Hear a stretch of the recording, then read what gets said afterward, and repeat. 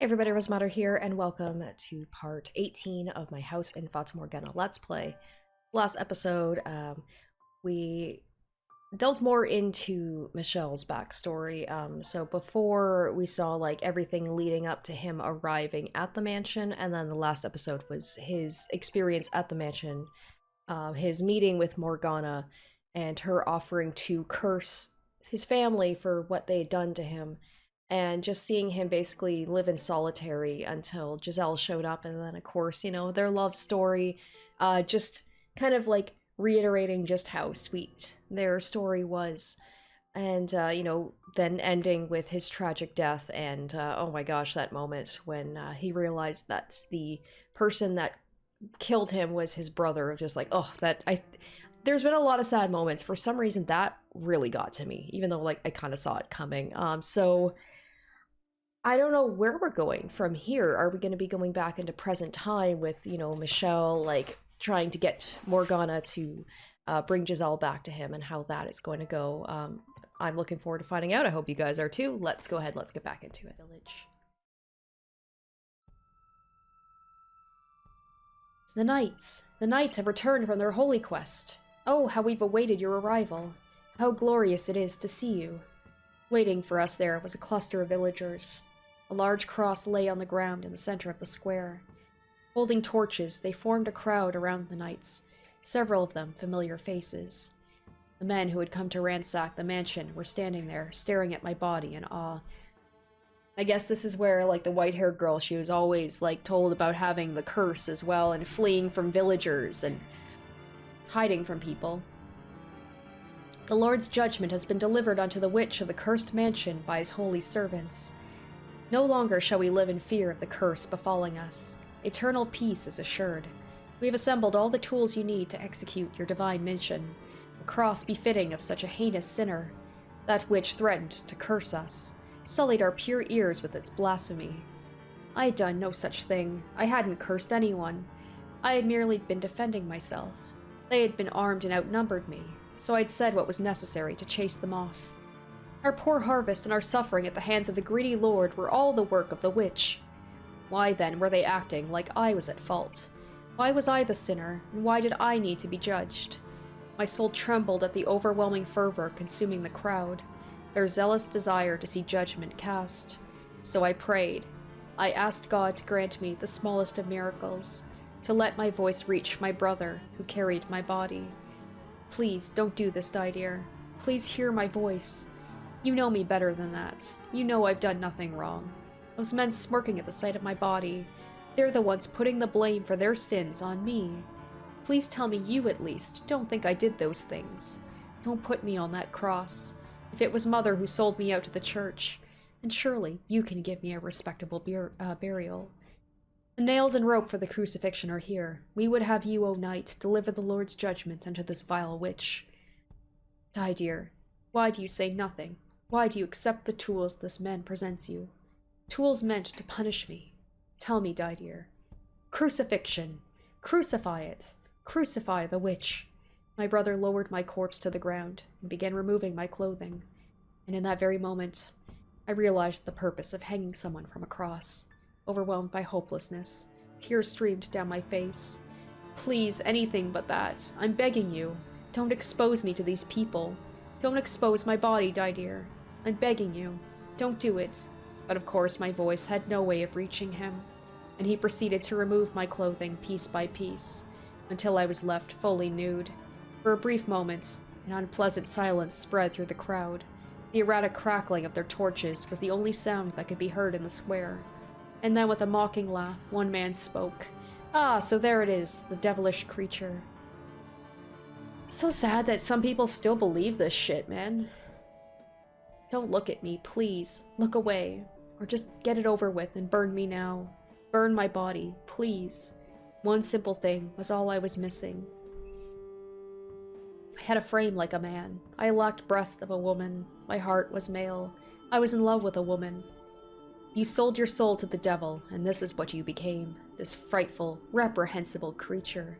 To dare defile the sacred body God blessed you with. Was that what people really thought of me? Was there no way to make them understand? Could they not possibly imagine how miserable it was to live in a body that didn't fit the shape of your soul? Was there no way to get through to them, even the slightest bit, that all I wanted was to be what I felt I was?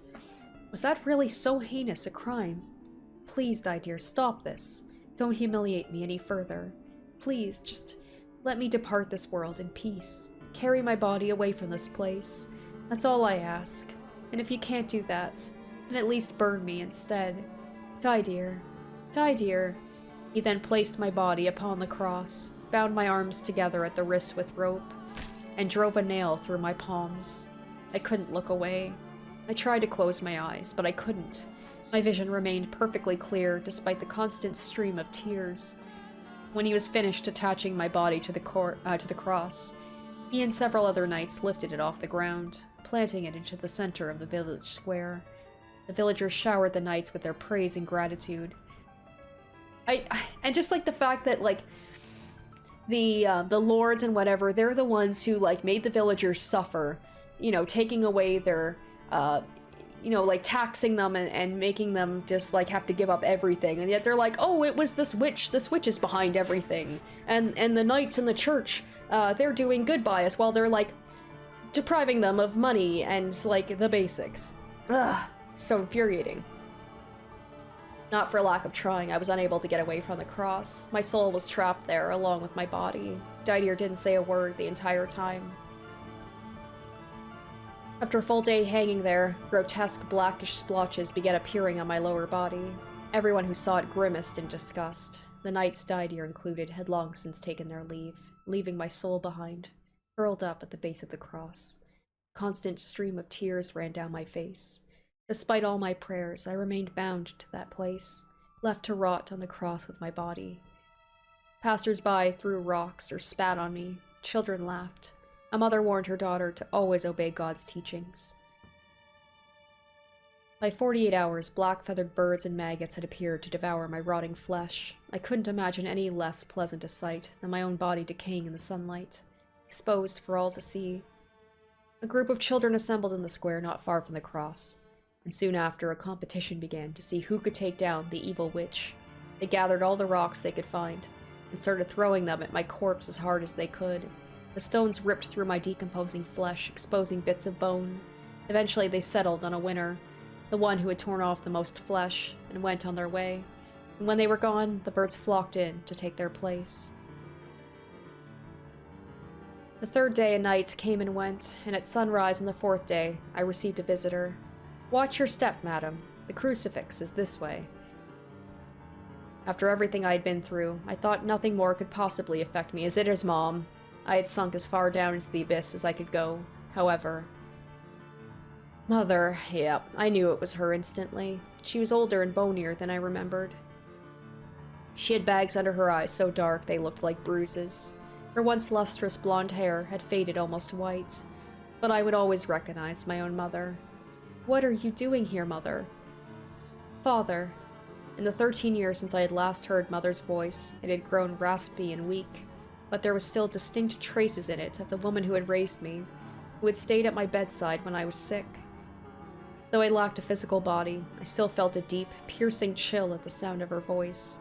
"Father, this is not my daughter. I did not birth this accursed thing.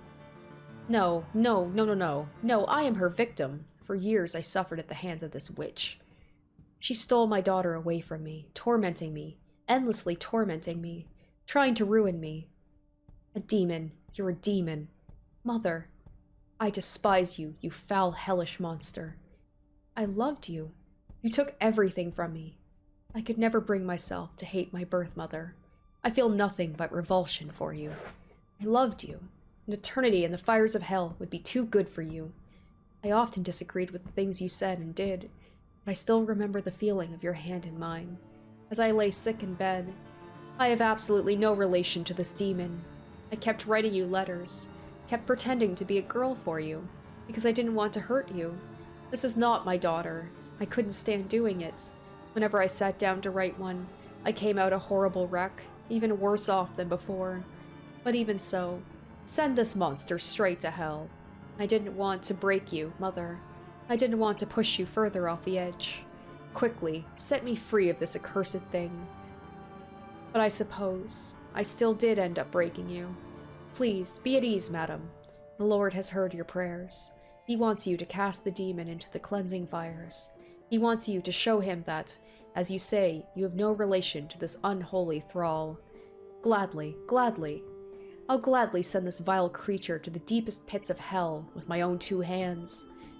Her eyes swirling with every hateful emotion imaginable, Mother took the torch from the priest and tossed it into the pile of straw spread around the base of the cross. The flame crackled as it spread upward, consuming my body and filling the square with a putrid stench of burning flesh. Through the cloud of smoke, I could see a faint smile on Mother's lips.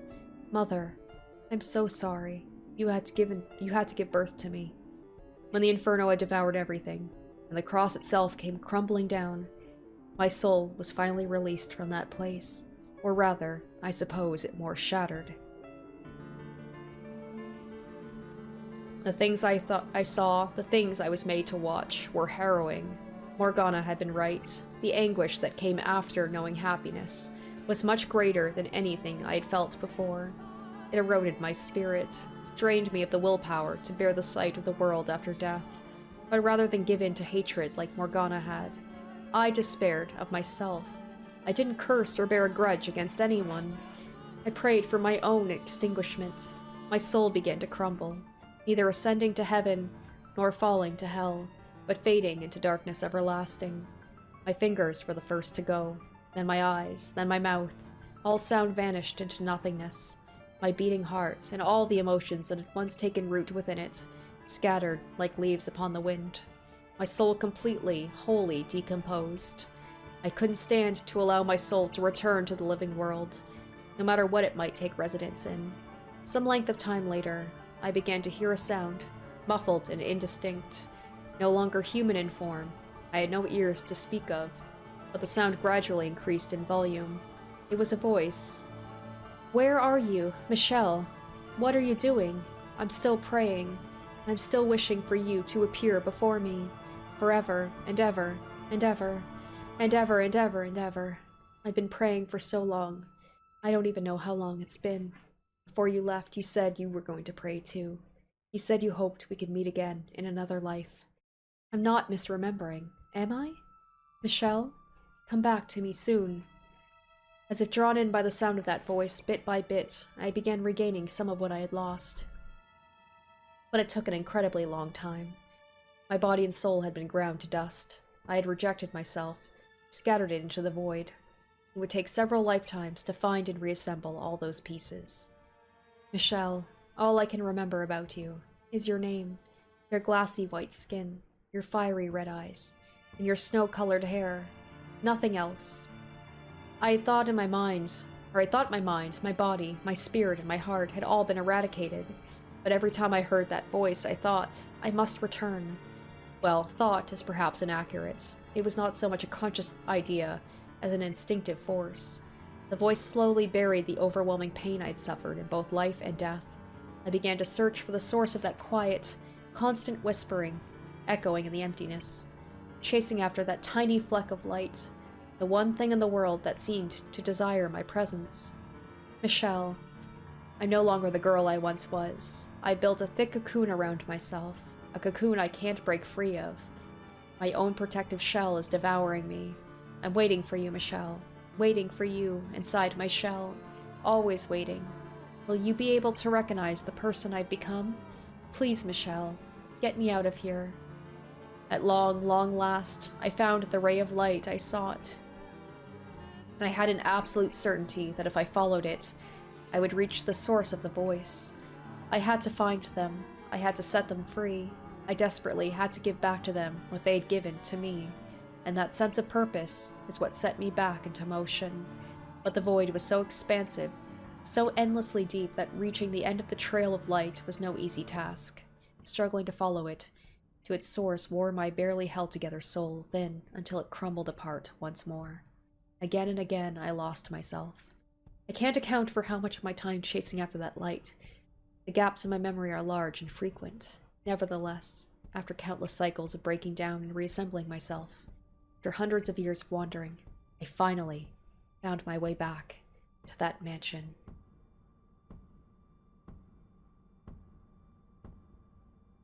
And when the two of us had our long-awaited return, our reunion, neither of us were our old selves any longer.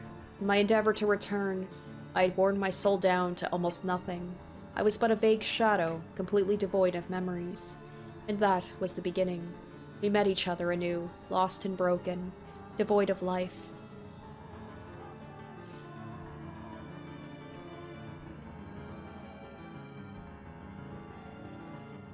The darkness here reminds me of my time in the void, of the despair that filled my shattered soul as it sunk into the endless abyss, of the emptiness I felt as my body crumbled and faded into nothing.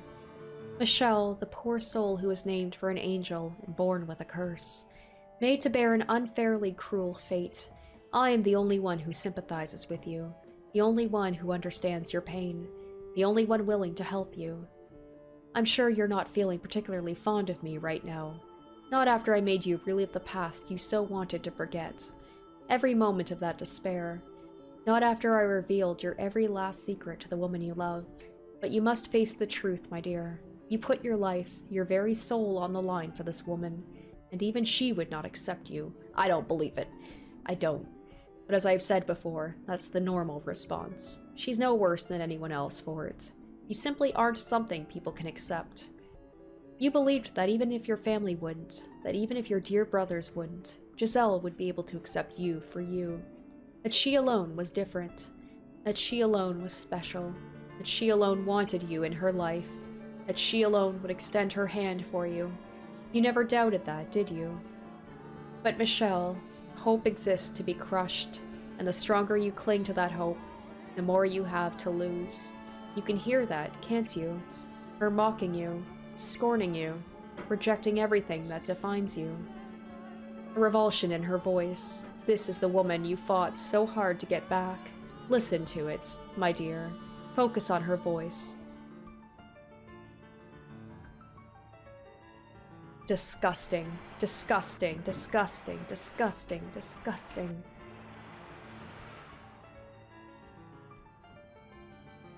Stop, please. I don't want to hear it anymore. Make it stop. Can you blame her, though? For hundreds of years she waited, trusting you, and you came back to her a woman more than once. If you think about it, you betrayed her first. No, stop, don't. I didn't. Tell me, what was it like? How did it feel to be born and live as a woman? You spent your life insisting you weren't a woman, and yet your soul chose a female body to return in. All those gaps in your memory were from your lives as the white-haired girl. First, there was the kind, mild-mannered, flaxen-haired boy. You, a woman, and he, a man, were joined in love. And then there was the deranged man-beast. By exposing your female body to him, you were able to temporarily contain his madness. And finally, there was the man obsessed with money and power. You were his wife, ever faithful, waiting patiently for him to remember his love. You put your faith in the wrong person's love. How can you expect her not to be disgusted? She was forced to watch again and again as the man she loved was reborn as a woman and had relations with other men. Would you like to know what you're doing right now this moment, Michel? You're crying. Crying as you've done so many times before. Those tears, they wash away your dignity. Would you also like to know how you look right now, Michel? Oh god, don't tell me that she's gonna put the mirror on Michel and he's the white-haired girl. You know Morgana did that on purpose. Like, the one thing that Michel rejected was being a woman. So, like, Morgana put him in a woman's body. It's like a torture. To torture Giselle, to torture Michel. You've reverted to your final moments, both in body and in heart. Take a look at yourself, my dear. Your body, incomplete, only partially male. The wound still fresh and raw. Pierced by your brother, whom you trusted completely. And the knights you ranked, you dreamed of joining. Even now your blood still flows from those wounds. They will never heal. Not so long as you remain yourself.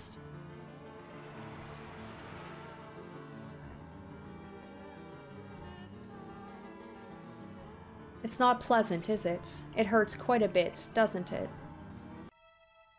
I did not inflict those wounds on you, though. They are your own, and no one else can erase them. You've lost everything, Michel. Tell me, what do you have left? You were robbed of your pride, your dignity, your life, your identity, your very existence. Like, all of that, he tried so hard to, like, not curse his family and not hurt other people, and he just suffered for it. And the love you thought you still had? Well, she's gone and left you behind too. I refuse to believe that. She's gonna come back. And still you refuse to curse anyone.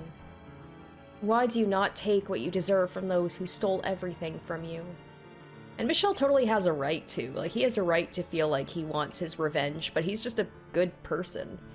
You have every right to vengeance, and I'm offering you the means to have it. Curse them, my dear. I cannot curse anyone. You disappoint me, Michel, but if that's what you want, if you won't join me in my hatred, then so be it. I will accept we are not as similar as I once thought, and as much as it pains me to do so, I will release you. I will even wish for your reconstruction into the body you desire. You shall descend into the mortal realm as a human man, never to set foot in this cursed mansion again. So he has the opportunity now to get what he wants, but he's like, no, what I want is Giselle. I'm not leaving this mansion if it means I don't get the chance to reunite with her again. Imagine it, after waiting for so long, you will finally be able to obtain the body you so desperately seek, to have a wife and create a happy family of your own. Wouldn't that be just lovely? This is a test. This is Morgana testing Michel to see if, like, he gives up on Giselle, and it was like, okay, I will leave. I'll make that wish for you, my dear. You can have that life. All you have to do is walk out the door.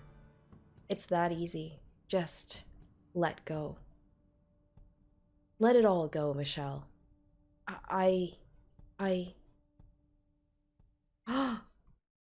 No.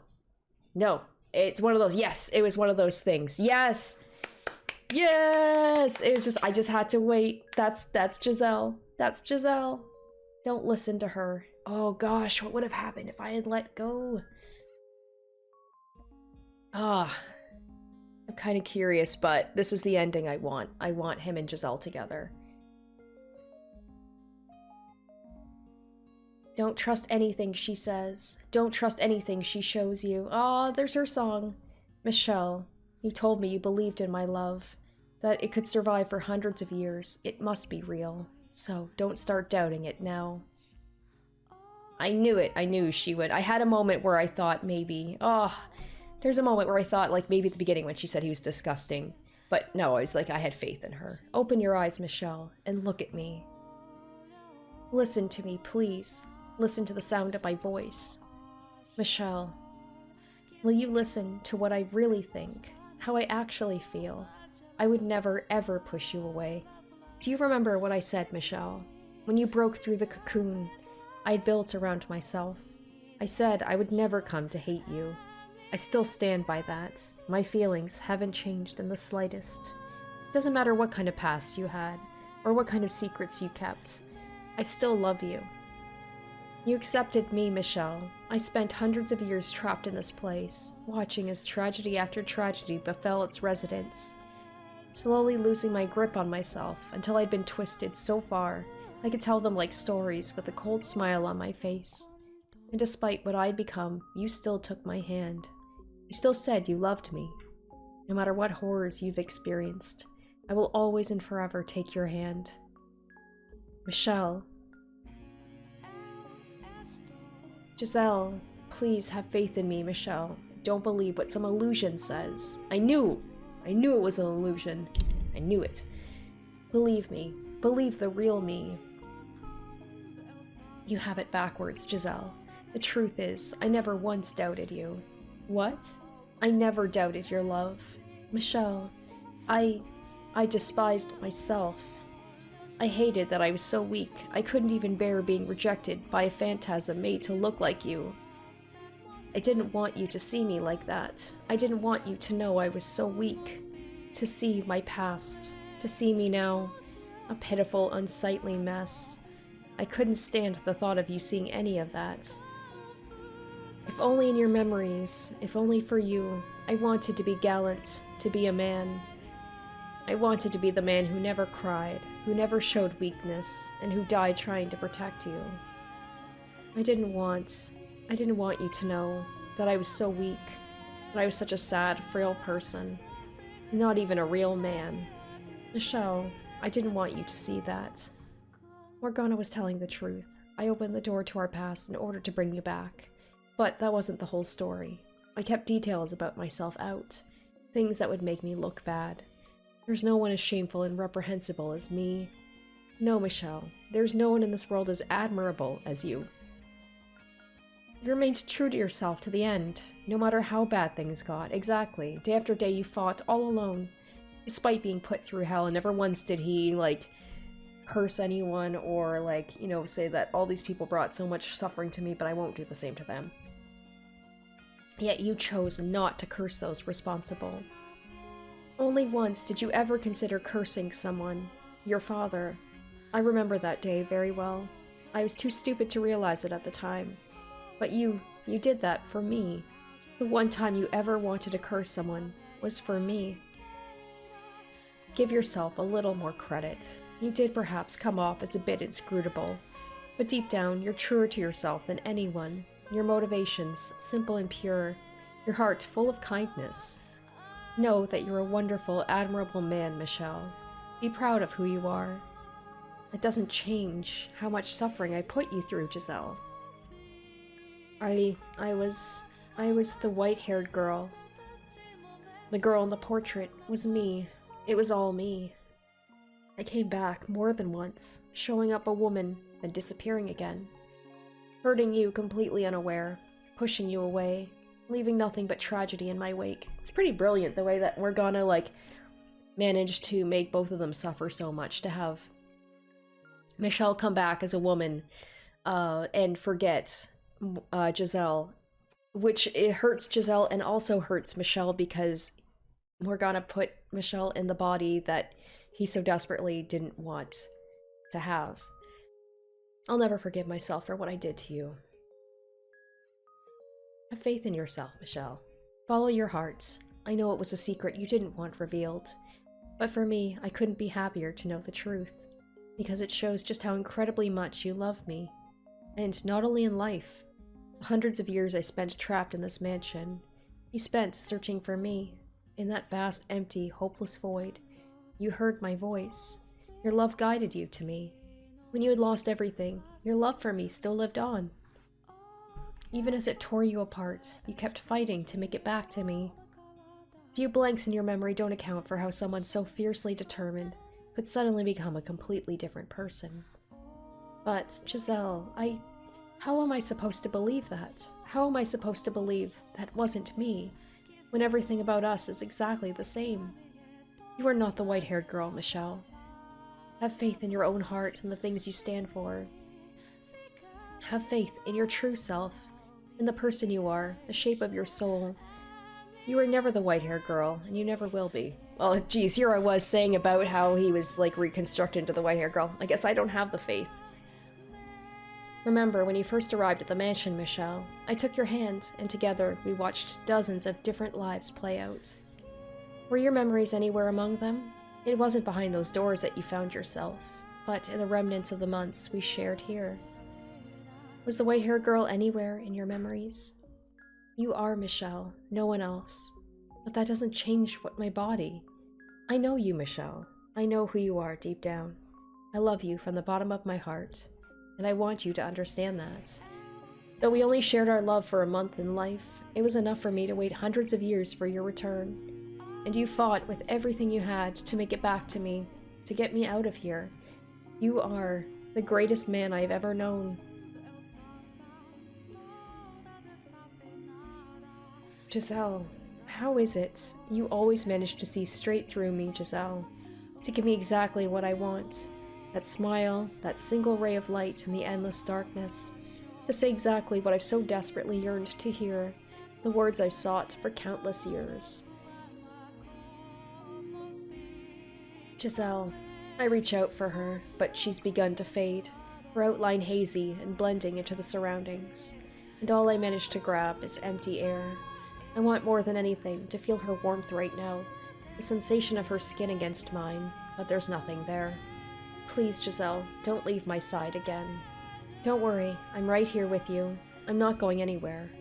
Giselle, put your hands on my shoulders. Wrap your arms around me. I can't. I want to so much, but I can't feel you there at all. You can, Michel, I promise. Close your eyes. Now reach forward slowly. You can feel me there, can't you? That's my finger, and that's my hair. Those are my eyes, and here are my lips. Here's my heart, where I keep all the feelings you gave back to me, and my love for you. In body and spirit, I am all yours. Can you sense me here beside you? I think I can. Now hold on, and don't let go. You know, it's kind of funny. We're like two awkward kids around each other, bound together by a love so amazingly powerful, yet we only ever held hands a few times, and embracing is like some incredible achievement for us. And we're supposed to be full-grown adults. Kiss me, Michel. We never got the chance while we were alive. Giselle, or are you going to tell me to wait again? Not this time. I feel my way around the emptiness where she is, her skin white but not pallid, her slightly flushed cheeks dimpled by her smile, her lips which at times called me master, and at times called me Michel, her entire being, this woman who accepted me as a man, who even in death continued to bring me back from my darkest places. She is my everything. I feel a faint breath against my neck, somewhere between a sigh and a giggle. I feel her warmth, which I thought I never would know again, the soft touch of her skin. I envision her face before me, where I'm sure she is, with her eyes closed, and I press my lips against hers. It's a quick, clumsy affair, just a little peck, not the kind of kiss two grown adults might be expected to share, but nonetheless, a gentle warmth spreads through my body from the place our lips touched.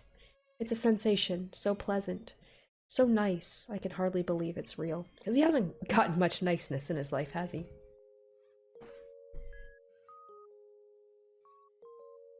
Our surroundings dissolve, and the world takes on a new face. A plane of tranquil light created by Giselle, into which the mansion's darkness slowly seeps. The difference is, now I'm not afraid to step back into it. All it took was that single, irreplaceable moment to change my everything. Though I can't see her there, I can feel her presence right beside me, her heart, and that she too can feel mine. I won't falter anymore. I'm through hesitating, wavering about in fear of my own weakness. I will look to the future. I will believe in myself, because she believes in me. I'm done carrying the chains I created for myself. I have work to do. No more looking away from my responsibility. As the light dims and darkness begins to take over, I hear her voice in my ear. Michel, can I ask you to lend your hand to someone? Oh, maybe it's Morgana. Maybe she's like, Morgana needs to heal. We all need to leave together. Maybe not together, but like, you know, she's got her own trauma. You've set me free. Yeah, and now I would like you to do the same for her. This is something I don't think anyone else can do. Only you can rid the mansion of its darkness. I'm here with you too. So let's open the final door together. Oh, final door! Final door! The true final door. We can put an end to all this tragedy. I know we can. Now, off we go, Michel. And do not let go of my hand.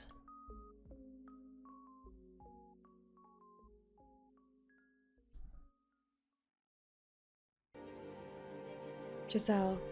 Reality fades back into view. I'm looking at neither the endless eroding darkness nor the visions of my past, but the sea of blood spreading in all directions.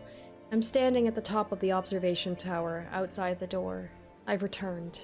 Back in Morgana's world. Her bitter, hate-filled, curse-fueled world. To tell you the truth, I didn't see this coming. This is my mansion, my domain. She was supposed to be locked up, but it would seem my will is not as absolute as I had thought. What would you call that? The power of love? Is that what allowed this to happen? How trite.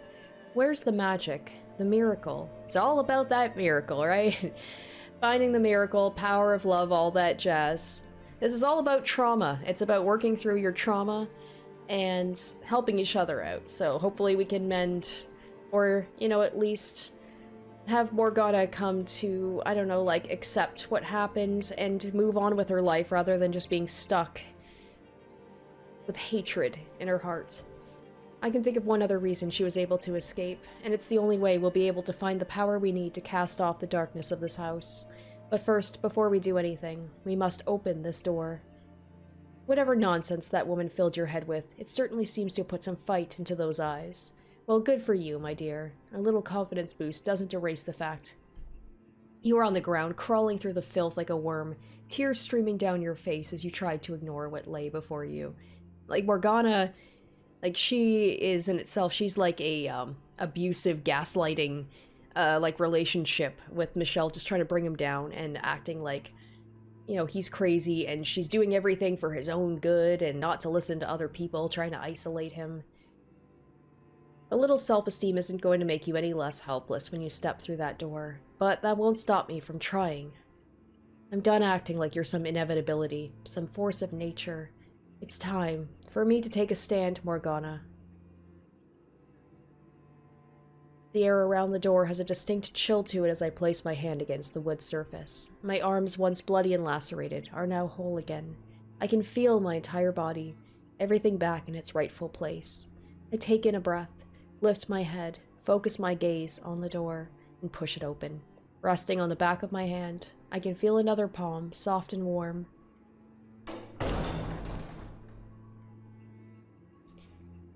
Through that single window, sitting high atop the wall, shines a ray of light. A black butterfly flutters within the beam. Its form is indistinct, wavering like a mirage as it slowly descends to the tower floor. And then, from within the darkness, a person appears. Oh, we get to see her in the flesh.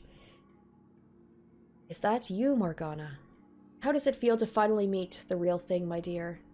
I knew you were young, but you really are still a child. Having heard her tale, I know she died still a girl, and I know how she came to bear so much hatred for the world. But knowing and seeing are two very different things. The sight of her bony, adolescent body is a painful reminder that she never had a chance to know happiness, to know adulthood before being robbed of her life.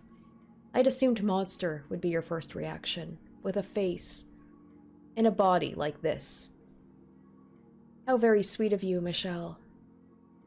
So tell me, what exactly do you mean to do now that you're here? Your ultimate goal was, as I understood, to take Giselle back. But she's no longer here for me to return to you. She broke out of my cage, and exhausted what remained of her soul to show herself to you. I cannot perceive even a trace of her presence any longer, so I presume her soul shattered, dissipated into nothing. No, she's right here beside me. Is that so? You seem to believe as much, anyway, which only makes your presence here a bigger mystery. Oh, I know. You want revenge.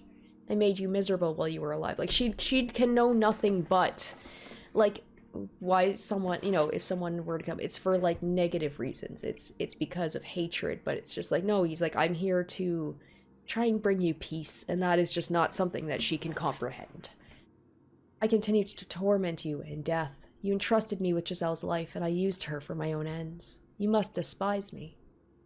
It's more like pity, I feel like. I feel like if you said I pity you, I feel bad for you. Which I feel like to her would be worse. Hatred fills you. You want to curse me, to kill me. My death could well mean the end of all this. Shall I grant you that wish? She flicks a finger.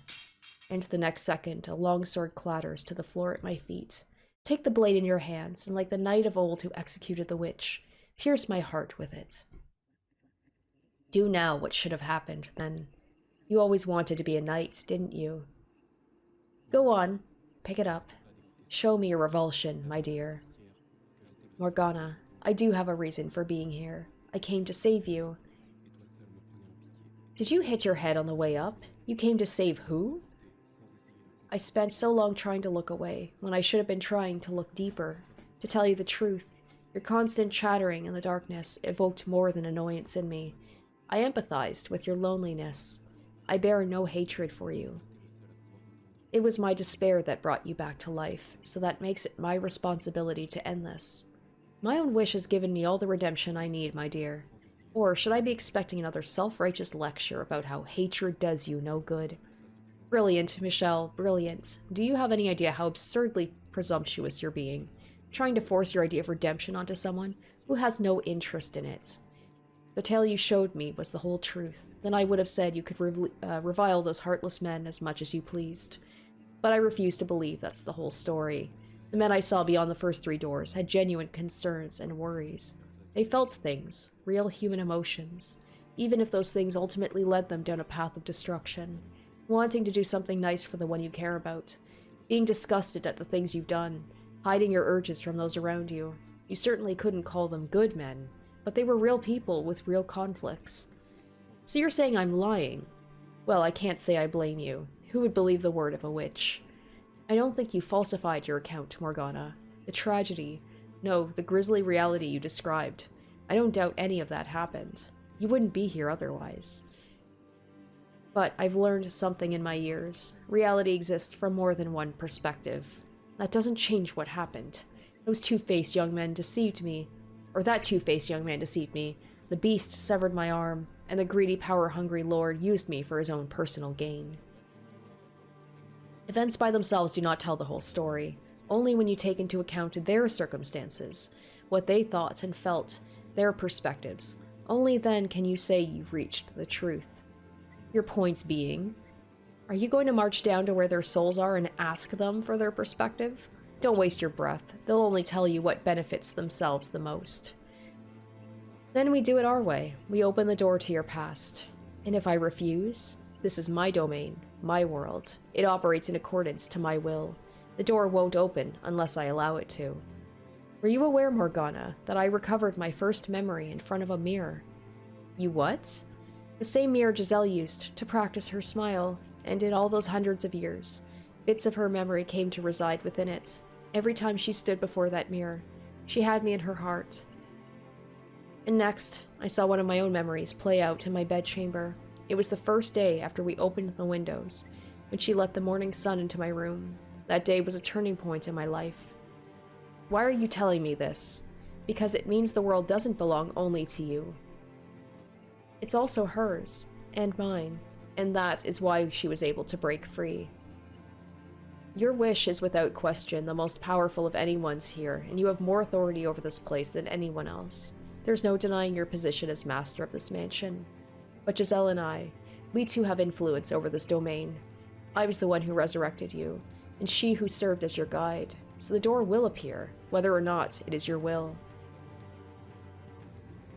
Their souls reside here as well. They may spin convenient tales, but the memories ingrained upon their souls can tell no lies. All the pieces are on the board. The door will open. Say the door does open. What does that change? Nothing those men may have thought or felt can take back what they did to me. This rotting, broken creature they turned me into. I don't care what was going through their heads. They will never have my forgiveness. My hatred is unwavering. My wish will not be undone so easily. Their souls shall suffer for all eternity. Before we begin, Morgana, let's get one last lingering question out of the way. And what might that be? Who the white-haired girl is? That's your lingering question? We've already established. That was you, Morgana. Oh shit. What? Okay. I guess it makes sense if the white-haired girl isn't Michel. So, right, I guess that makes sense. She was the one who was there interacting with the men that, you know, did this to her. I feel so dumb that I didn't make that connection. Ha, ha ha ha. Ha ha ha. So in a desperate plea to deny you came back as a woman, you are now trying to make me into her? That's perhaps the most ridiculous thing I've ever heard. That was you, my dear. Don't avert your eyes. You must face reality. I'm not averting my eyes, and I'm not in denial. I have faith. Faith I only ever made it back to this mansion once, when I awoke in the rocking chair beside the fireplace. Ha! Nevertheless, that hardly justifies accusing me of being that foolish girl. How could you possibly think I was her? Never have I been present in these walls, or not been present in these walls, not even while she was alive and in the claws of tragedy. My hair is not white, nor are my eyes red. Look at this horrid, festering face. How could I ever become her?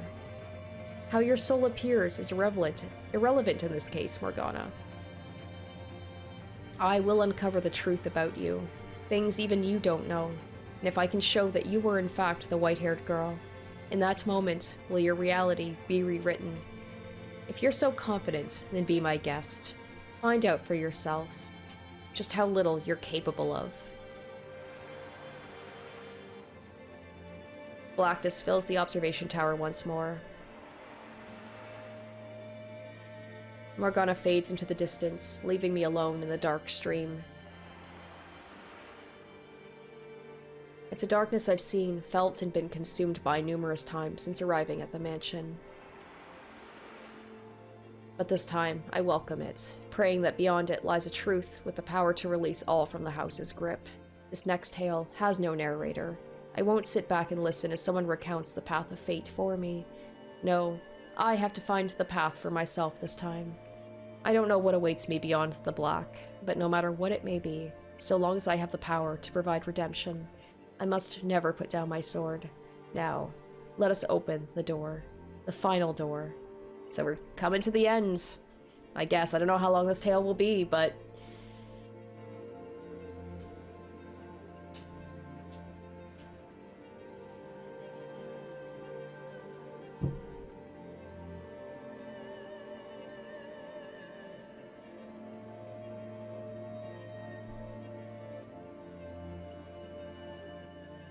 I brought you some food.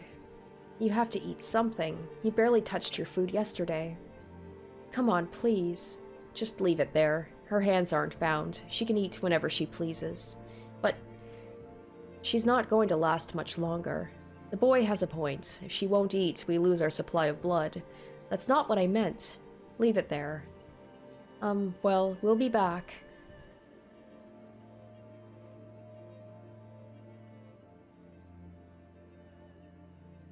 Oh. Oh, she looks... Oh, that's Mel's sister, right? That's Nellie. Do you really have to go? Yeah, things are pretty hectic right now. And when do you suppose you'll be back? Tomorrow, same time as today. You'll have enough time to talk then? Will you... Yeah. That's gotta be Nellie, right? She's got the rose, she's got the flaxen hair. Are you hiding something from me? You were acting kind of funny. You're my sister. I wouldn't keep anything from you. You're not. You're not yourself, though. What's so different about me? Well, you're not acting much like a prince. Ah, right, of course. Don't worry, I'm still your prince. Same as always. Good night, Nellie, my princess.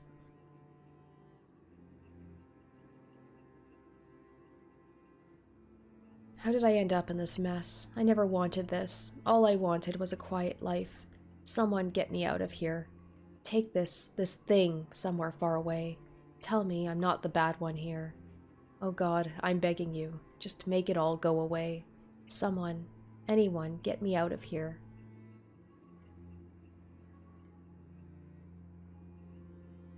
Look, look, the stars, they're beautiful.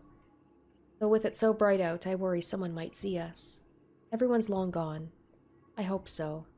Are you ashamed? A little, but I still want to be with you. Interesting. Have you ever considered leaving the convent? You can't just stop being a nun, you know. It's not that simple. I've made vows. Sworn my life to the service of God. I was not aware. I don't know much about this land's tradition. If I were to leave the church, it would have to be in my next life. I'd like to be a normal girl, lead a normal life, get married, have kids, and before I know it, I'm an old lady. Thinking, it was an uneventful life, but it was the best I could have asked for. That's my dream. That sounds very peaceful. Okay, is this... Who's talking? Is this still Mel? Is this the merchant? Is this, Jacobo? Who's the one? I'm trying to think. Because I know Mel did have, like, connections to the church, so it might be him. I hope we can be together in our next lives, too. Have a nice, quiet life together. But then again, the guy said something about, like, I don't understand, like, the rules of this land or something, so he sounds like he might be someone not from here. So I wonder if this is like a representation of, oh gosh, what was the girl's name? The black hair. I can't remember. It'll be a city on the water, looking out over a beautiful, glimmering emerald sea. Okay, talking about the sea, I'm like, this might be the merchant. The blue sky spreading as far as the eye can see. The sound of the seabirds squalling by the port. That's gotta be him. The two of us sitting shoulder to shoulder, just looking out over the city. Doesn't that sound wonderful? It certainly does. I would love that. So we're seeing, like, the flashbacks to the three men. The Harvest Festival. On the day of the festival.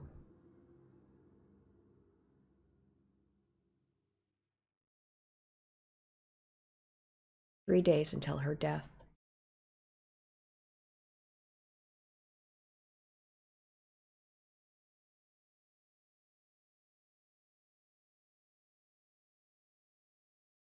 Wake up.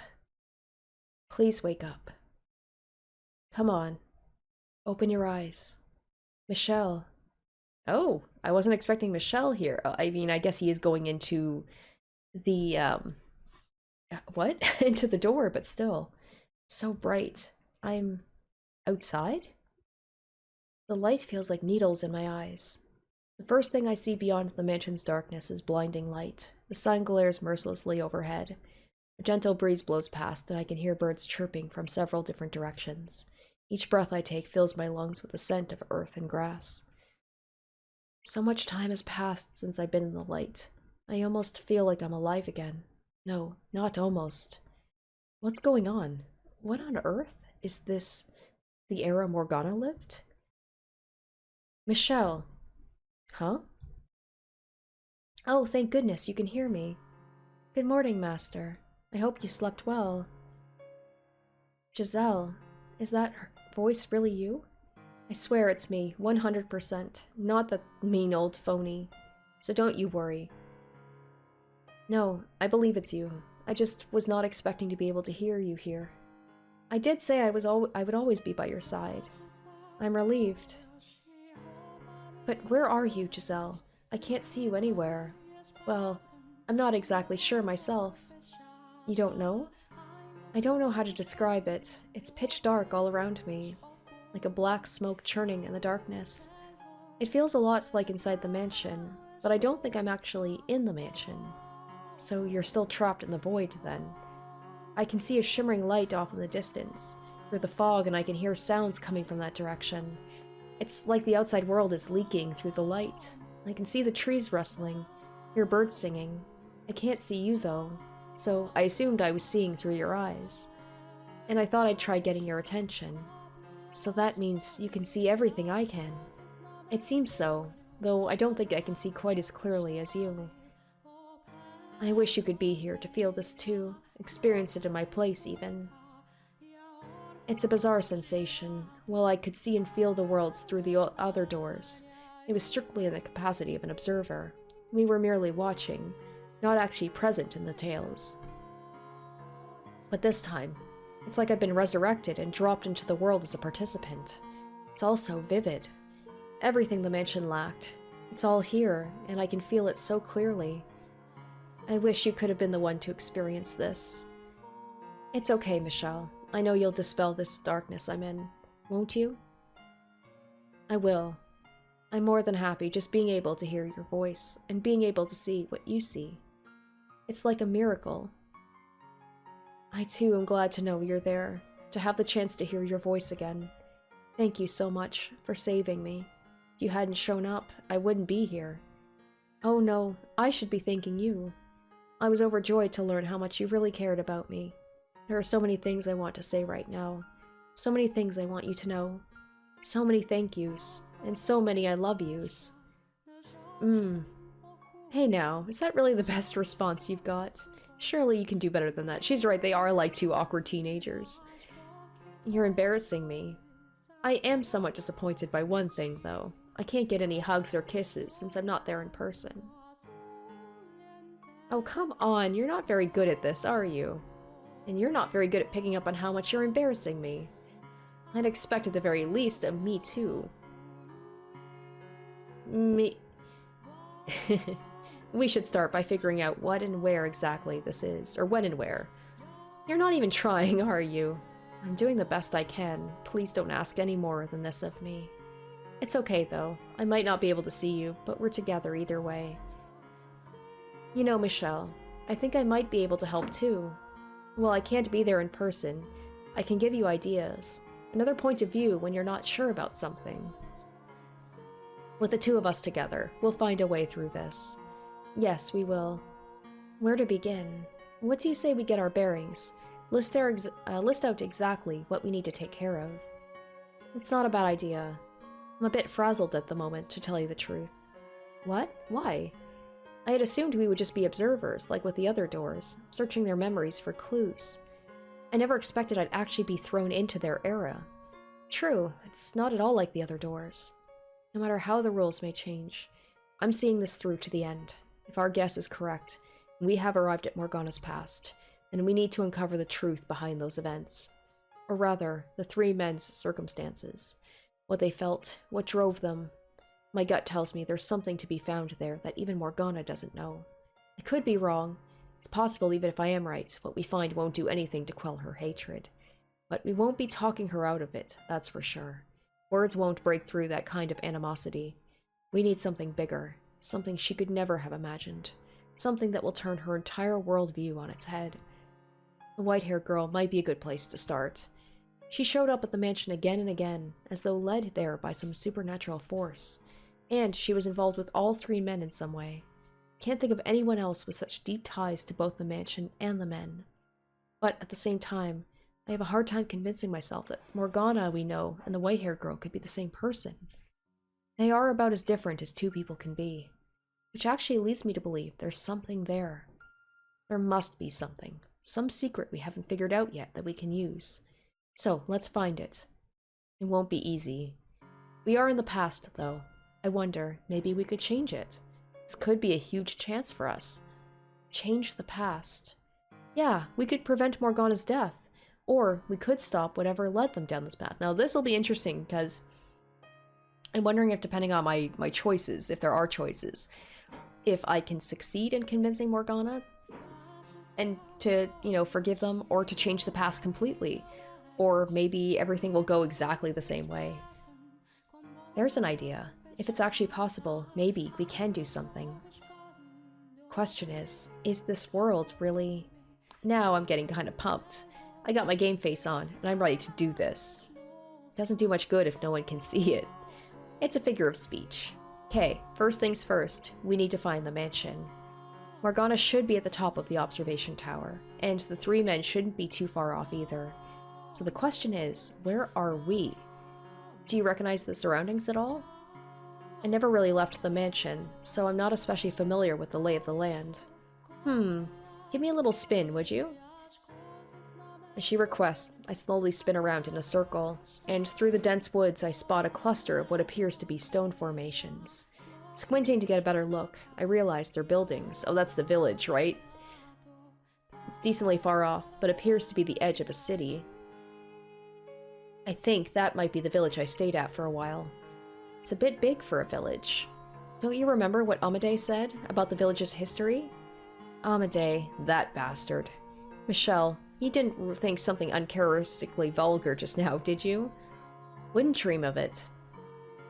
Yes, I remember. He said it was once much larger, and it was destroyed in a single week by the witch's curse. Except rather than a curse, it was probably disease. That's the same city, then it fits with what Morgana said happened. I believe he also said something about there being a large bridge on the outskirts of the city, and that following the path from there would lead to the mansion. So, let's head down to the city. Alright. You don't sound very enthusiastic. Are you nervous you might have to talk to someone? Don't worry, you've got me here. I don't know why this is kind of giving me, like, Metal Gear vibe. Like Metal Gear Solid vibes, where she's just like a earpiece, and she's like, I'll talk you through this. Don't treat me like I'm antisocial. You're not? No, that's not what's bothering me. It's... something about this whole thing feels off. This world we're in. Never mind. I'm probably overthinking things. But now's not the time for that. We need to get moving. Let's go. Rather than waste time fretting over details, we need to get to the mansion like she said. Everything else comes after that. With each step, I can feel the earth compressing beneath my feet, the grass flattening. As I weave my way through the trees toward the city, the sensation of having a living flesh and blood body slowly returns. Oh, there's Mel. Um, uh, uh, ah? A white-haired man just appeared out of nowhere. And he's talking to himself. I gotta get away before he does something. Hold it right there, Mel. You don't get to call me crazy and then just run off. How do you know my name? How? Why wouldn't I? We were just in the mansion together. Huh? Mansion? What are you talking about? Right. He hasn't become the shadow in the mansion yet. I doubt I would forget seeing someone as unusual as you. Who are you? Where did you come from? Where? I'd like to know that myself. Say something, Michel. He's not getting any less suspicious of you. You have to come up with some way to break the tension.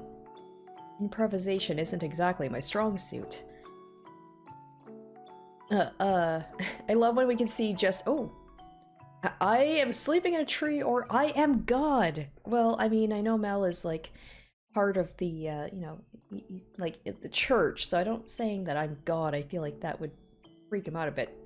I kind of want to save here. I like the fact that I get the option. And I love just seeing like Michel just be truly awkward. All right, let's go with I was sleeping in a tree. I am curious about the, you know what? I'll say I'm God.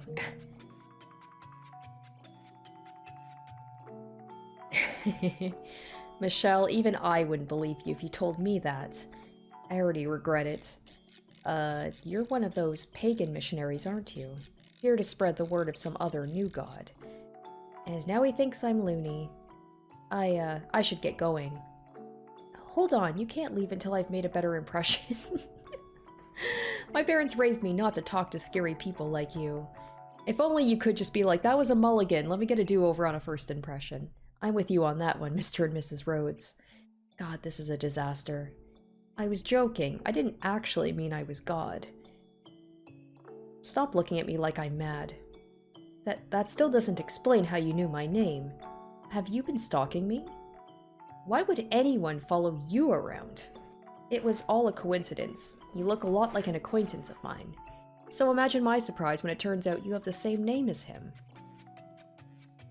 Okay, we'll go with that for now.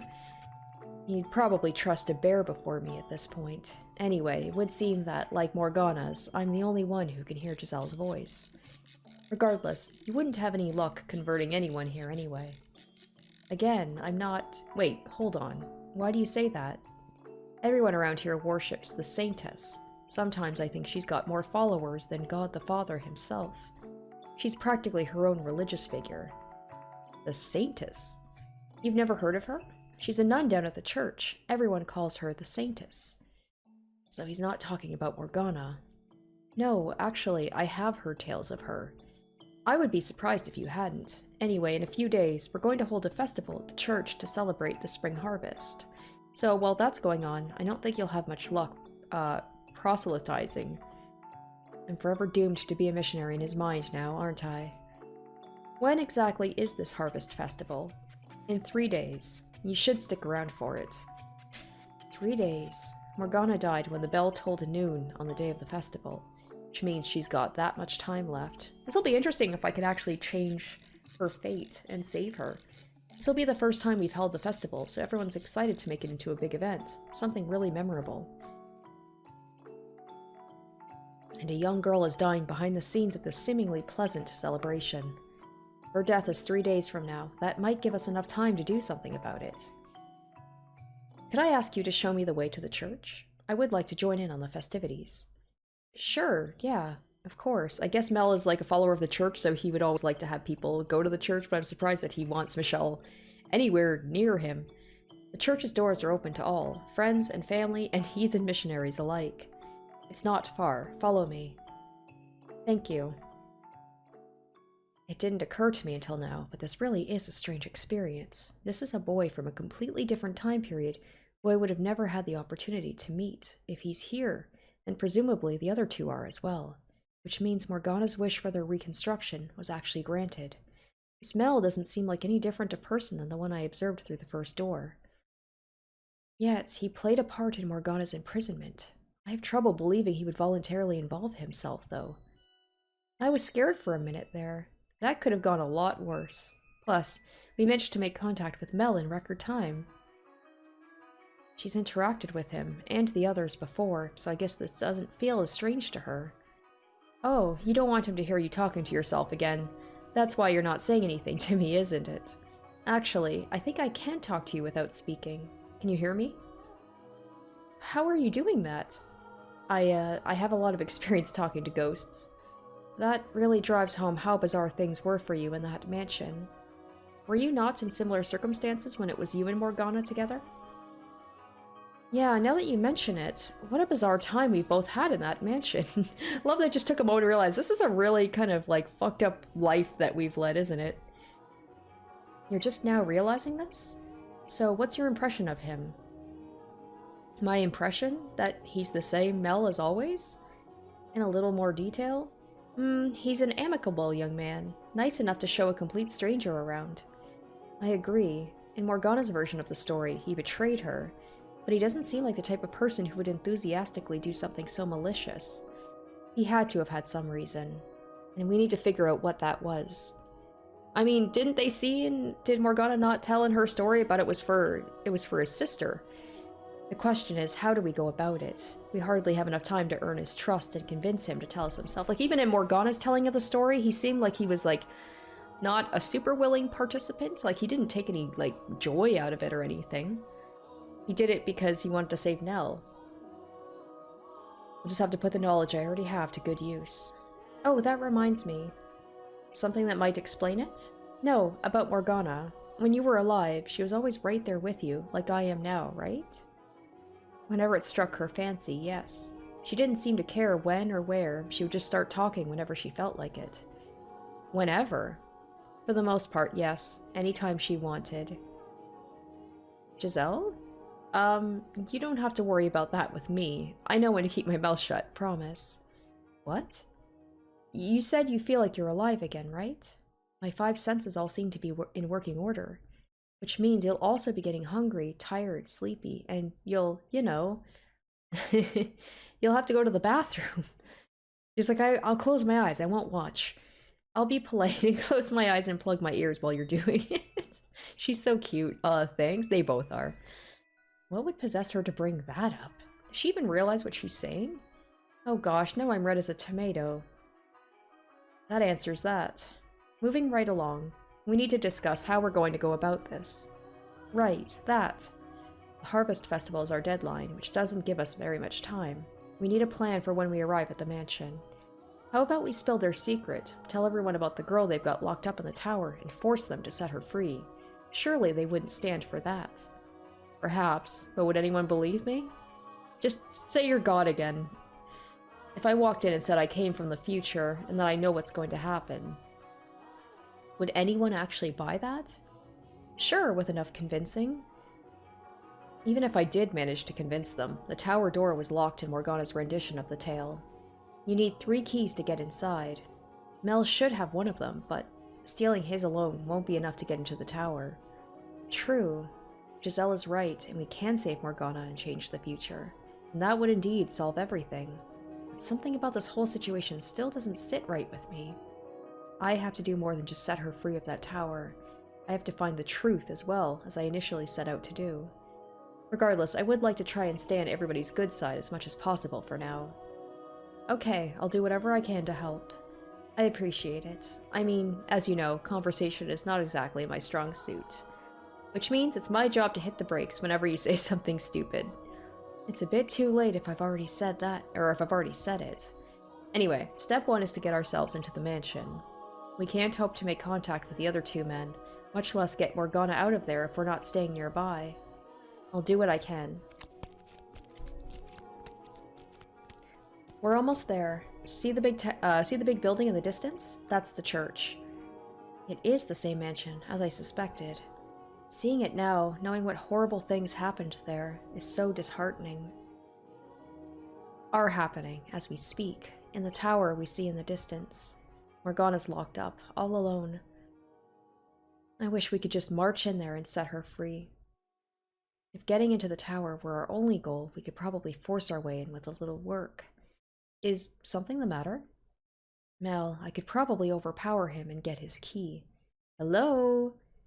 But the other two, that almost certainly wouldn't work for. Can you hear me? Oh, yes. Sorry, I was lost in thought. It seems kind of strange, doesn't it? What does?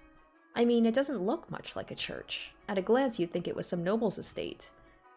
Ah, so it does. I've spent so long there, it never occurred to me.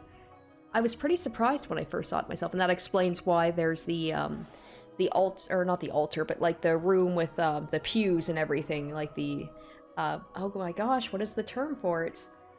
Because it's a church, right? Like, I'm like blanking on what it's called.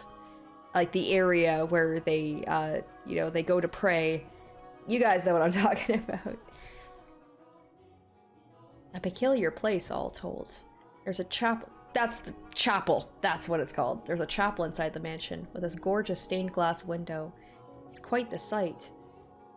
Because, he said it himself, Michel, about how it seemed weird. It's almost like the mansion was built, like, around the chapel and not the other way around. Do you know why it was built like that? I'm, not actually sure myself, no. Anyway, I'll show you to the chapel. The Saintess should be there too, so I can introduce you. Alright. On our way to the mansion, we passed through a courtyard of sorts. When I lived here, the area was overgrown with weeds. Apparently, they keep it in better condition in this era. Following Mel's lead, we head through the chapel entrance.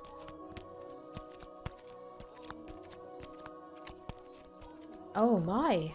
I'm at a loss for words when I see what lies on the other side of those all-too-familiar doors. Well, it was barely recognizable as a place of worship in my memory. Just 2 columns of battered pews and some piles of rubble. The room I'm looking at now is unequivocally a chapel. So this is what it used to look like. I wonder how far back this is from when we lived. It has to be more than a decade or two. Maybe 100 years? Or more. Would it be weird for Michel to ask Mel, like, what year is it? The views and beliefs about the world prevalent in our time are not so different than those of this time. Perhaps the chapel was destroyed in the aftermath of the Harvest Festival. When I was first sent to the mansion, there were signs repairs had been attempted. A stained glass window is behind the pulpit, I'm guessing, though we can't see it from here. And right next to it is the door to the observation tower. Ah, there she is. There's no priest here. She runs the church. You'll want to talk to her first if you're planning to participate in the Harvest Festival. I'll go fetch her for you. Whisking his way between the pews, the boy disappears into the back of the chapel, returning with a nun in tow. When I see her, my face twists for a brief moment. Oh, someone he recognizes? Ah, yes, right, the nun from... Okay. Good afternoon. You came to see the festival, I hear. So, I was saying, like, I wonder who... Because Mel is pretty young, right? He's still, like, a teenager. She looks pretty young, too. Was it, like, Mel and her, were they in the relationship together? Or is it, I'm guessing, is it the merchant? Okay. And then she's got the thing on her, like, her waist. It's like a... What's the word I'm thinking of? Like, it looks like rope. Maybe it's got something hanging from it. Good afternoon. You came to see the festival, I hear. It's wonderful to have you. Is that who I think it is? I'm all but certain at this point that all the major players from behind the 3 doors are present here. Not just the 3 men whose shadow remain in the mansion, but also the women who were an important part of their lives. It's right, it's the girl... Pauline! Oh, it was driving me crazy. Like, what was that girl's name? Pauline. Though dressed differently, the way she speaks and the way she holds herself resembles the woman killed by her lover behind the second door. Okay, so that was the merchant, because I'm like, it would be a little icky if, you know, she was carrying on a relationship with, basically a boy. They're all connected. What we thought were 3 separate tales, all stretch back to a single point in time before our own. Is something the matter? No, I was just thinking how unusual it is for one nun to be managing an entire church all by herself. Ah, yes, that is the usual reaction from new visitors. Even I think this assignment is a bit over my head. Assignment? Well, I was at another church before this one, a smaller building, and I wasn't the only nun. but the lord of the land ordered me to transfer to a new, larger church he was opening, so here I am. The Lord. There's plenty of space on the property, more than enough to provide shelter for orphaned children and aid for the sick. It seems rather vacant from what I've seen. Yes, about that. We used to take people in, but circumstances have made that difficult of late. What kind of circumstances? It's not something I can discuss with an outsider, sorry. I'm guessing it has to do with Morgana's imprisonment here. Do you think she knows about Morgana? I would guess not. The men swore to keep it between the three of them.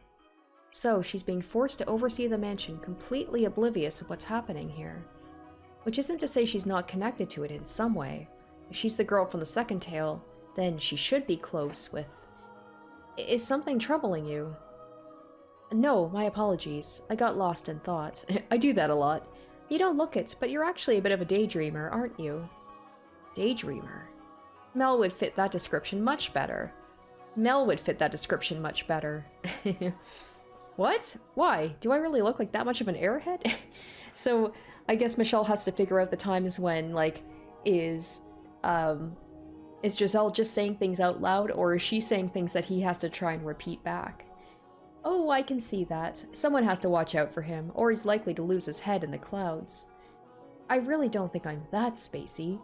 I'm not trying to say you're spacey, I just feel like I've got to keep an eye on you at all times. It's a lot like what I imagine having a little brother would be like. I am an oldest child, you know. What's the big deal? You don't want a big sister? Well, I want you to be my little brother. I don't want to be just a capital S sister to you. That's so stiff and formal. This is very Pauline-like. No, I want to be your sister. I'm a little old to be playing make-believe. Oh, come on. They're quite friendly with one another, it would seem. Oh, I know. Why don't you become her brother, then? What? Will you? I will not. Besides, I'm clearly the oldest one here. Why not? I don't think it matters who's older than who. You don't really act all that old anyway. I have at least 10 years on you. Haha. Your youngest child insecurity showing. Insecurity? You two are pretty good friends, huh? We can discuss the veracity of that claim later. I would like to ask you a favor. What is it? I'll gladly help with anything I can. Could I perhaps borrow a room until the day of the Harvest Festival? I don't have anywhere to stay, or a source of income for that matter. I know it would be taking advantage of your generosity, but I only mean to intrude for a few days. I would be more than happy to offer you a place to stay, at any other time, but right now, I can't let you stay here.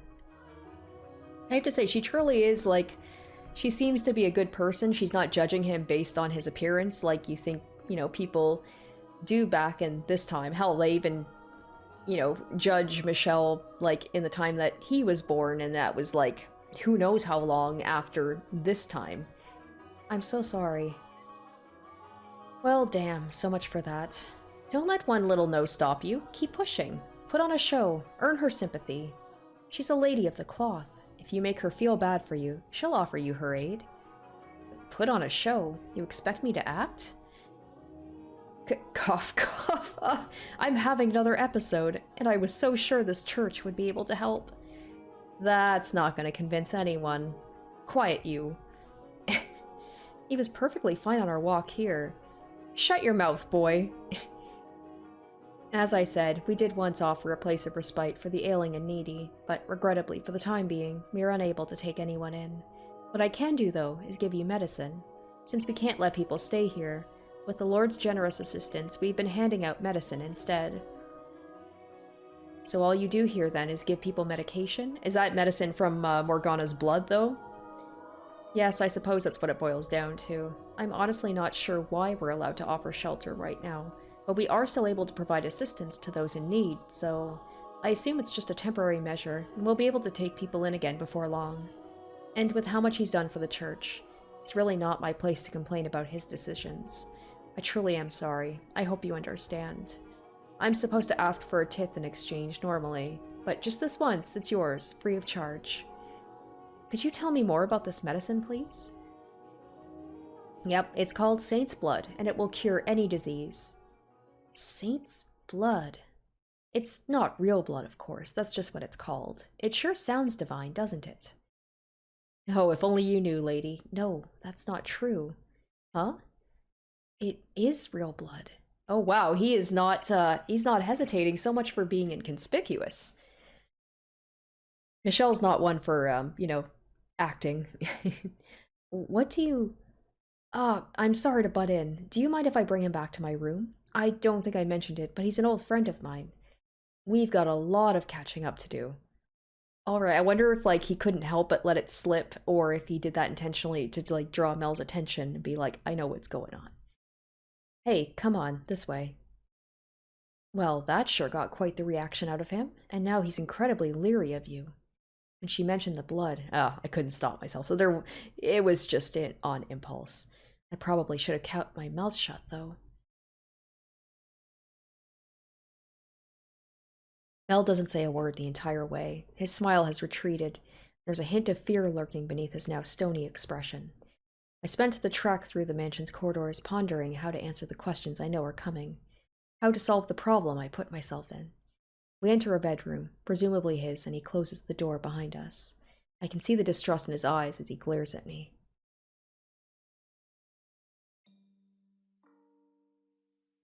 I have to ask. Who exactly are you? Why did you say that back there? That saint's blood is actual blood. In response to his pressing, Oh, I can make a decision here. I'll tread... Oh, gosh. I just kind of, like, want to vomit out everything. Be like, I know everything, but I'm going to tread carefully. We don't have much time, but it's in our best interest to tread carefully. There's too much we don't know yet. It would not be wise to make a rash decision. With him as tense and suspicious as he is right now, it won't be easy to get his key or persuade him to tell us how he ended up here. Furthermore, my experiences with these three shades, tells me, if I'm not careful, I could be putting myself in unimaginable danger. A brief flash of what might have happened had I spoke too soon crosses my mind, sending a chill down my spine. Well, now I want to go back and do the other thing to see what would happen. If I want to get Mel on my side, I'm going to need something more, something decisive. Something that will convince him he needs to come clean and set Morgana free. Regardless, being cautious isn't going to mean much if I can't get them to let us stay inside the mansion. We need to be nearby to keep an eye on things and gather information. How to go about that, though? Assuming he's not voluntarily involved, maybe all we have to do is ask for his help in setting Morgana free and he'll work with us. Perhaps. Being so direct will only invite more suspicion, but she's probably on the right track. So I have to be direct anyway. Okay. When I met his shadow, it was burdened with great regret. He begged me to help him. My remark about the saint's blood was based on stories I once heard about a person whose blood was said to have healing properties. Stories? Maybe they haven't made it out this far, I don't know, but they tell of a girl born in a distant village, a saint and the daughter of God. So he's being vague, but also being like, kind of, saying exactly what's going on, but I'm like, but it's just a story. I thought perhaps the nun might be the saint spoken of in the stories, and I was hoping for the opportunity to see a miracle performed with my own eyes. I have to say, you looked more angry than excited. I didn't hide it very well, I guess. Yeah, Michelle doesn't exactly have a good poker face. Maybe it appeared that way to you, but I've never had a very friendly face. If you say so, as long as you're telling the truth. I myself have to wonder, why did my remarks seem to bother you so much? What? Is there something more to the saint's blood than you're telling me? No. Something that would make you want to get me alone and interrogate me. There's nothing. I just, didn't want to scare anyone with all the talk of blood, since there's not actually any in it. And I don't know about the stories, or I didn't know about the stories. It's just medicine, I swear. As you say, it's got nothing to do with the saint in your stories. To change the subject, could I ask you to convince the nun to allow me to stay here? Huh? Weren't you listening? We can't take anyone in right now. Which is why I'm asking for your recommendation. You live on the premises, don't you? I'm more a supervisor of sorts.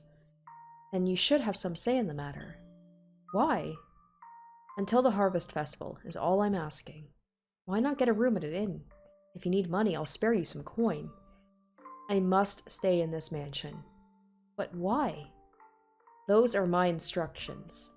What? Oh, that doesn't sound very good. Sounds like he's been sent as like an agent or something. Oh, you know the stained glass window in the chapel behind the pulpit? I was named after the Archangel Michael. It's Michael, right? Michael, Michelle. It's said like Michael. So the fact that he couldn't see the stained glass window, but he's saying that he knows it's there, maybe that'll be like, was given divine instructions from God. The angel came to me in a vision, instructing me to watch over the festival here. And maybe the fact he looks kind of like almost like a mythical creature, maybe that might lend some credence. From where you were standing, you couldn't possibly have seen the window in that much detail. You couldn't. Oh, I get it. You've been to the church before, and you're just acting like you haven't. There's a metal door off to the side, leading to an observation tower. Yeah? You can see the tower from outside. Inside is a long spiral staircase, not made of stone, but wood. There's a single door at the top of the stairs. How? Is he gonna be like, there's a girl inside? What are you really here for? All that vision stuff is a lie. I am not here to cause you any trouble. In fact, I am on your side. You show up out of nowhere and expect me to believe your nonsense? All I ask is for you to allow me to stay until the day of the festival. If you can do that for me, then I'll make you the promise I could not before. I have not forgotten your pleas for salvation. I know you want to be free. Huh, let me guess. You saw that in a vision too? If you want to call it that, then you can. I've never once asked for you to save me. You're mad. But, fine. I've got nothing to hide anyway. If I say you're a friend, the Saintess should be willing to accommodate you. Wait, I already told her you were my friend, didn't I? I'll try and persuade her. I don't know what your deal is, but try not to cause any trouble, okay? For your own sake. I won't. Only until the festival. You're not getting another day out of me or her. And this isn't your home, so don't act like it is. Of course. Thank you. You know, I never did get your name. It's Michelle. Ah, right, after the Archangel Michael. Just like you said. I've never really cared much for Michael, to be honest. He weighs your soul in one hand on his perfectly balanced scales, and delivers its punishment with a sword in his other. He's not an angel of salvation. Out of curiosity, could you perhaps be... No, never mind. It's turned into a bit of a storage area, but there's an open room you can use. I'll show you the way. I appreciate your courtesy.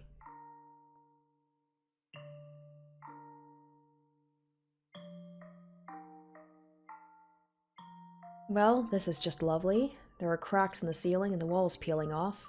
There is a bed at least, but it's coated in dust. This was a storeroom when I lived here, as I recall. Sorry about the condition. I didn't choose a bad room for you on purpose, I promise. If you want to sleep somewhere more comfortable, you're not going to find that here. Not a problem. I'm grateful to have a room at all. If you say so. Well, I have work to do, so I should be on my way. I'll talk to the Saintess as promised. I imagine she'll make supper for you at some point. But do keep your crazy talk to yourself around her. I'll make a note of it, thank you. See you. We made it work, somehow. Somehow. It's a lot of pressure being under that much suspicion, huh? My heart was pounding the whole time. And that Archangel Michael came to me in a vision stuff? I never expected you to go there. Why did you tell him that, anyway? Because I didn't think telling him, I know the future and I need your help to change it, would have gone over very well. Besides, those who yearn for redemption have a tendency to latch on to the spiritual. I thought taking advantage of that would work to our benefit. You know, I bet you'd make a pretty good con artist, Michelle. I did what I thought was necessary. I know. Besides, you have every intention of keeping your promise, don't you? Whether or not Mel can be saved is up to him. I will lend him my hand, though. Oh, you say it's all on him, but deep down, you know you're on his side. We're complete strangers to this Mel, but I can't bring myself to think of him that way. We just met today, but it feels like reuniting with an old friend. He's the same old Mel. And you were actually there, a part of his life, which I imagine makes the sentiment all the stronger. You don't feel the same way? I don't think of him as a total stranger, no. However, nothing. I was about to say something incredibly cynical, but I caught myself. What? It's nothing. Don't worry about it. If you say so.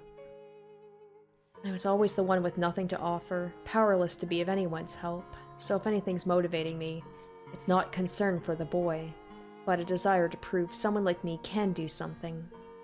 It didn't take much arm twisting to get him to give us a room, so who knows, maybe he'll come over to our side easier than either of us expect. Well, he'll be the easiest one. I imagine the other two are going to be more difficult to get any information out of. Him giving us a room was not simply out of kindness. Keeping me nearby allows him to keep an eye on me. He doesn't trust me, but he also doesn't know enough about me to decide what to do yet. He needs time, and doing this gives him that time. If he decides keeping me around is not to his advantage, he will act accordingly. Do you really think he'll do anything to hurt you? Mel's a kind boy, and well, to be frank, I don't think he has the spine for it. It's hard to say, but even if he doesn't, we still have the other two men to worry about. Nevertheless, his cooperation will undoubtedly be the easiest of the three to gain. We were fortunate to run into him first. What makes you say that? Did you ever have a chance to see the shadows trapped in the mansion? Shadows? I might have, but around the time Hayden Rhodes passed away, I wasn't really there anymore. I stopped thinking, stopped trying to make sense of the things inhabiting the house. I had become merely another part of the cursed mansion. I was only able to converse with them after I'd reclaimed myself. I suppose, much like the rules differ between the realms of the living and dead, so too do they differ for those who have lost their grip on reality. As I was searching for a way to get you out of the tower, I encountered and spoke with the three men's shadows. Of the three, Mel was the least threatening. He bears a great deal of regret. He yearns for someone to save him. I heard him muttering, "This isn't what I wanted." He doesn't want to be involved in this. Someone else is holding the reins. My first guess would be the Lord, but regardless, they are not equals in this endeavor. If he wants out, then maybe he would have agreed to help if we told him we're here to save Morgana. Carelessly revealing our hand at this stage did not seem wise. It would have never gotten to this point if it were so easy to stop. So I guess our first task is to earn Mel's trust. Morgana's death is in 3 days. We have until then to get all 3 keys. It won't be easy. I mean, we weren't even present in this world until today. Exactly. We have no one to vouch for us. No one who knows who we are. But we have knowledge. Quite a bit of it, in fact. I wonder if it, my knowledge and remembrance of the tales and people's, histories and knowledge about them, if I'll have to know these things, and if I guess the wrong answers, maybe I will fail to save Morgana. That would be interesting. I really hope that there is, the good and bad end, if I can actually save her or not. We not only knows what happens in this era, but you showed me their next lives as well. From that, we can deduce how they might behave, and to whom they have ties. You're right, we do. We know things we should have no way of knowing. And we can use that knowledge to our advantage. Their various interpersonal relationships are where we can get our edge, I think. They each have their reasons for locking Morgana up, and if I'm right, they're doing it for other people. It's these powerful bonds driving them. Mel's driving force would be his sister, for instance. Are they mere bonds, or is it fate that ties them together? You're right, we should find and talk to his sister. Mel's more likely to act if it's coming from her than us. I agree. If his darling sister tells him to stop, he won't have any reason to continue his involvement. Knowing how the first tale ended makes me slightly uncertain, but for now we can work under the assumption that he does genuinely care for her. What do you want to bet she's somewhere nearby? I mean, she will be. It was her death that sparked the chaos on the day of the Harvest Festival. Oh, right, it was. No, you're exactly right, but what I was going to say is that people tend to keep those they care most about close by. Oh, it would appear I have a bad tendency to focus too much on the facts. That was entirely unnecessary of me. Giselle did not need to be reminded of that. I'm sorry. What for? For being careless with my words. Inconsiderate. No need to apologize for the truth. Besides, you and considerate are like oil and water.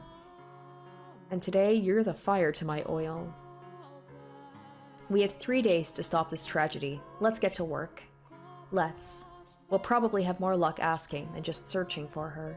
If we can't find Mel, the nun might know. Off we go.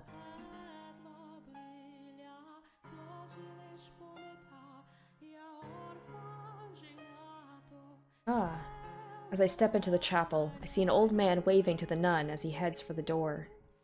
The man is practically beaming, and judging by the vial in his hands, he's happy about more than simply having the chance to see her.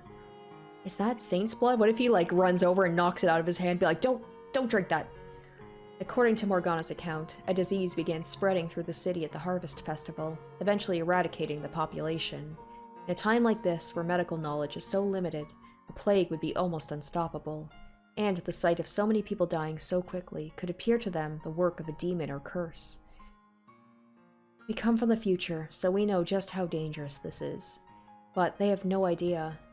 Morgana described it as a tale that could only have taken place in that era of miracles and spirituality, and about that, she couldn't be more right. Could we maybe warn everyone against taking the medicine? I assume the sickness was caused by them ingesting blood at any rate. It's not medicine they're being given, but bottled disease like some sick joke. If we could convince them to stop taking Saint's blood, then maybe that would prevent the city from being destroyed. But the fact that it's being distributed in the house of the Lord, and peddled as a miracle cure, plays right into their deep-rooted spirituality. Would it even be possible to convince them otherwise? And besides, it's not them we came here to save, but... No, that's veering too far off our intended path. We need to find the truth and save Morgana's soul. Putting ourselves out like that is only going to get us unwanted attention, make people suspicious, and we don't have that kind of time. Yeah, you're right. Sorry, it's just knowing what they're doing to themselves. I couldn't help but think maybe there was something we could do. Especially considering how it all turns out. I understand the sentiment, or rather, I understand your reasoning. But for me, Morgana takes priority over any of them. And you over everything. Releasing Morgana's soul should save yours as well, Giselle. If we can eliminate the mansion's darkness, then you won't have to be trapped as it's made. I have no interest in being the hero of the masses. Let's go ask about Mel's sister, then. Okay. I turn my gaze back toward the nun to find her kneeling in one of the pews. She bows her head and begins to whisper a prayer. There's no one else in the chapel. Now is the perfect time to ask. Hearing me approach, she falls silent and turns to face me, wearing her usual disarming smile. Hello, Michel. Mel was just here. He told me everything. I can't turn away a friend of Mel's now, can we? Sorry for turning you down earlier. No worries. I did a poor job of explaining myself. So, did you need something? Let me guess. Medicine? No, I'm in perfectly good health. I figured you were lying. I can ask her about Saint's blood some other time, and while I have a number of questions about the man she's close with too right now, Mel's sister is priority. Are you familiar with Mel's younger sister? She has flaxen hair, much like him. Oh, you mean Nellie. Are you her friend too? I would say we're more... You're better off just saying you're friends. Friends, yes. What about her? I would like to speak with her, and I was wondering if you might know where I could find her. Nellie should be down at the cottage, I believe. The cottage? Yep, that's where I stay too. I don't sleep in the mansion itself. So you don't live here, but only work here? Right. For one, there are men who live here. The Lord likes to show up on occasion too, and we can't have a nun wandering around while he's here. So you and Nellie live together then? Yep, we have for about 6 months or so, ever since she and Mel showed up. I wanted to let her stay with her brother. But since this is technically church property, we have to keep the boys and girls separate. I see. I'm so glad to hear Nellie's got a friend, though. What? She's not from around here, so she doesn't have many acquaintances. And with how sick she can get, she doesn't spend much time outside. Which is a shame, because she's such a sweet little girl. I'm her friend, of course, but I've got responsibilities. I can only be around so often. so I'm sure she'd be delighted to have someone else to talk to. It would be my pleasure.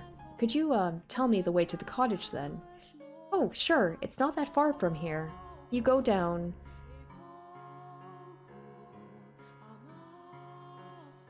The directions I got from the nun led me to a place I know from my own time. It's the same building where the man who had been ordered to keep me under surveillance stayed.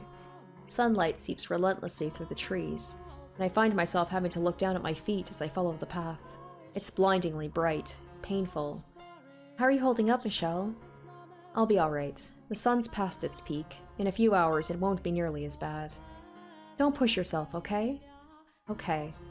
The trek is a reminder of just how inconvenient my body always was, and having this chance to experience being alive again comes with both the good parts and the bad. But now is hardly the time to complain about my sensitivity to the sun.